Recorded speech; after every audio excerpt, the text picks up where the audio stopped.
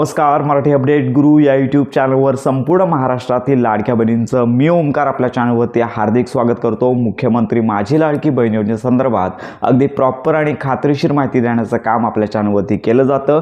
सगळ्याच लाडक्या बहिणी आहेत त्यांना एकच उत्कंठा लागलेली आहे की नोव्हेंबर महिन्याचा 1500 रुपयांचा लाभ आमच्या बँक खात्यामध्ये कधी जमा होतोय, परंतु या संदर्भात शासन असेल किंवा मंत्री आदित्य तटकरे असतील तर याच्या संदर्भात त्यांनी कोणतीच वाच्यता केली नाहीये आणि अजून देखील मुख्यमंत्री माझी लाडकी बहीण योजनेचा GR आलेला नाहीये। पण या संदर्भात एक नवीन अपडेट आज सकाळीपासून प्रसिद्ध झालेली आहे। तर याच्यामध्ये सगळ्यात महत्त्वाची बाब म्हणजे विधिमंडळ अधिवेशन। तर हे अधिवेशन पुढील आठवड्यामध्ये 8 तारखेपासून ते 14 तारखेपर्यंत महाराष्ट्रामध्ये होणार आहे आणि याच्यामध्ये सगळ्यात महत्त्वाची बाब म्हणजे कदाचित मुख्यमंत्री माझी लाडकी बहीण योजनेअंतर्गत नोव्हेंबर महिन्याच्या हप्ते वितरणाची जी आर्थिक तरतूद करावी लागते, यामध्ये सगळ्यात महत्त्वाची बाब म्हणजे विधिमंडळामध्ये वित्त विभागाची मान्यता मुख्यमंत्री माझी लाडकी बहीण योजनेअंतर्गतची जी घ्यावी लागते ती देखील या ठिकाणी होऊ शकते।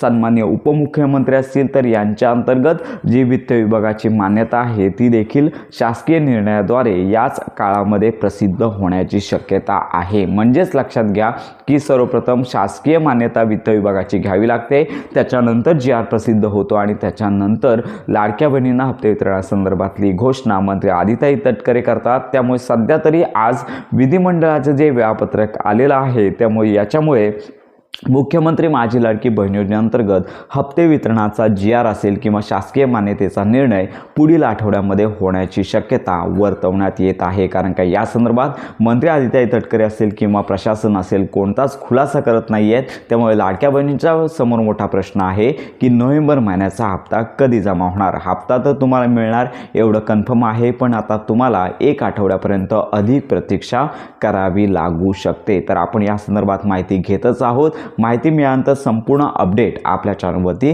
दिली जाणार आहे। त्याचबरोबर संपूर्ण महाराष्ट्रामध्ये निवडणुकांचं वातावरण देखील आहे। शासकीय यंत्रणा या निवडणुकांच्या कामांमध्ये गुंतल्यामुळे नोव्हेंबर महिन्याच्या हप्ते वितरणास उशीर होऊ शकतो। तर यामध्ये सगळ्यात महत्त्वाची बाब म्हणजे विधिमंडळामध्ये संपूर्ण महाराष्ट्रातील लाडक्या बहिणींना नोव्हेंबर महिन्याच्या हप्ते वितरणाची खुशखबर मिळण्याची शक्यता आहे आणि त्याच्यानंतर दुसऱ्या आठवड्यानंतरच हा जो लाभ आहे तो वितरित केला जाऊ शकतो। तर अशा प्रकारे आत्ताची ही महत्त्वाची अपडेट संपूर्ण महाराष्ट्रातील लाडक्या बहिणीपर्यंत नक्की शेअर करा। नोव्हेंबर महिन्याच्या हप्ते वितरणासंदर्भात अजून तरी कोणतीच तारीख घोषित झाली नाही आहे। सोशल मीडियावरती अनेक व्हिडिओज अनेक तारखा सांगण्याचं काम केलं जात आहे, परंतु संपूर्ण महाराष्ट्रातील लाडक्या बहिणींना माझी एकच विनंती, प्रतीक्षा करा जोपर्यंत अधिकृत GR आणि त्याच्यानंतर आदित्य तटकरे यांची घोषणा होत नाही आहे तोपर्यंत लाभ हा लाडक्या बहिणींना वितरित होणार नाही। पण आनंदाची बातमी म्हणजे ज्यांची EKYC झाली असेल किंवा नसेल तरी देखील लाडक्या बहिणींना त्यांचा लाभ येणार आहे आणि 2 हप्ते येणार नसून केवळ